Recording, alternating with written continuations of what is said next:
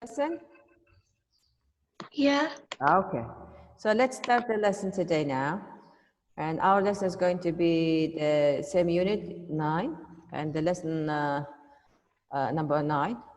Today story is going to be from 164 till 165. So yesterday we talked about the cheetah and Africa and the cheetah. Have they connected? Have they become inseparable, right? Do you have any question? Did you Yes. do your comprehension or looking closely? Any question? Yeah. Okay. Could you give me a quick answer to the story? About the story? I mean, the comprehension. Yes. Yeah, Shortly. I answered it all here. Okay. So I'm going to ask you quickly. So why was Africa such a good shepherd? Why was Africa such? I didn't answer this question Okay. because we answered it. Okay. So now, last question, how can Africa help cheetah and how can the cheetah help Africa? What do you think? I think Africa can help cheetah by hearing him, and he's a good shepherd. He can be his friend. Hearing can help, okay. Yes, and cheetah is the fastest animal and is a good hunter, so he can be a good shepherd to help Africa. Okay, so they can help each other to coexist together in a peace, right? Okay, that is your opinion. Yes. Okay, so let's move on to today's lesson today, page number 164 and 65, okay? So saved by the beast. There are many extraordinary stories of humans and as well as animal learning to communicate with one another. It's from the old time. We always often hear about that. So here, one of the story then helping each other. When we live together on this earth together, we coexisted together. So meanwhile, some part of human as well as here, they cooperated, they help each other to continue this life successfully. So here, there is a classic fable here over here. So what is fable anyways? Fable. What? What is a fable? What is it? What is fable?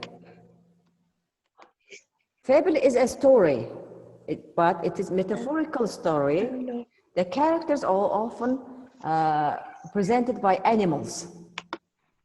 And a fable always tells us a moral, which is lesson, give us always some lesson.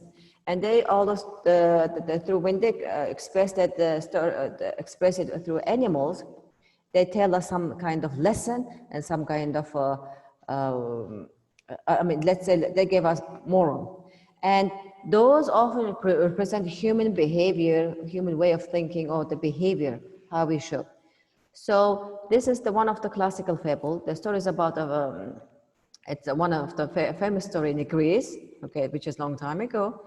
It was told by the Aesop, who has told the story. Usually, fable doesn't have any writer. It just goes between mouth to mouth, orally. So he lived in ancient Greece between 620 to 560 BCE. Since then, this story has been retold many times. Even they played in stories and even included in the painting. Okay, this is one of the story we're going to study today. Okay. Okay, so now here, what we're going to do here, let's move on to the next page. Here, have a look at this picture. Have a look at this picture. This is Androculus and the lion The name of the painting is Androculus, and the line, painted by the Brighton Riviere in 1908. So what can you tell about the story? What can you say about this picture?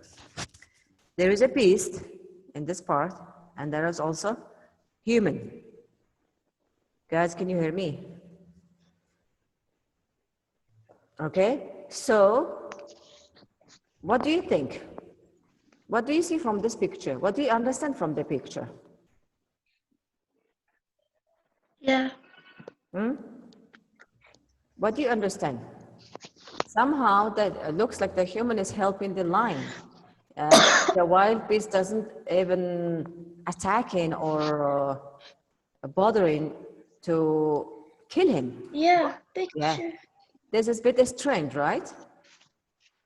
But at the same Yes. time, it's not the photo taken. It is a picture as a drawing, look quite alike. So let's see what is the story behind this picture. Okay. Before we're going to start the story, before starting, let's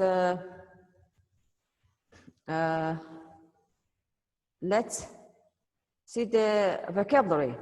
For example, there are wary, relief, to relieve, association, spectacle, combat, and thereupon. So those meaning, that means, what is my,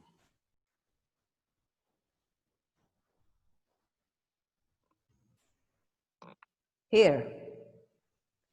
Where is means exhaust and get tired through overuse or great exhaust or the out of stress and strain. So relief is means feeling that comes when something has been burdensome. When you feel the relief from this, when you feel reduced some or removed from this, some burdensome, it means relief. Okay, and I'm going to, let's say,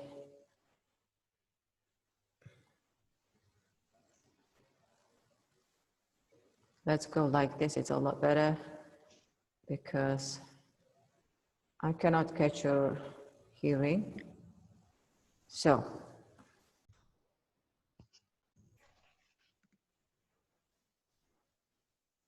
sorry about the internet. Okay. Now, before we read the story, I want you to think of those questions, okay? Hey, what do you think would be the best moral to write at the end of this story? What could be the best moral? That means you're going to think about what could it be while I'm reading.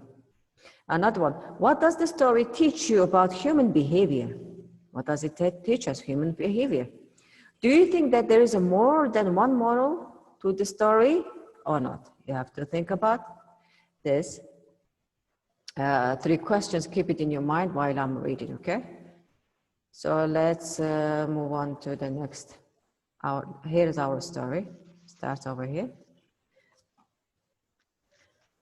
Androcles in the line.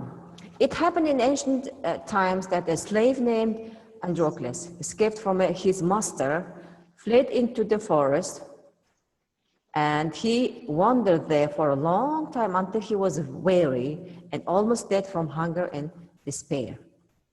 So, as he lay,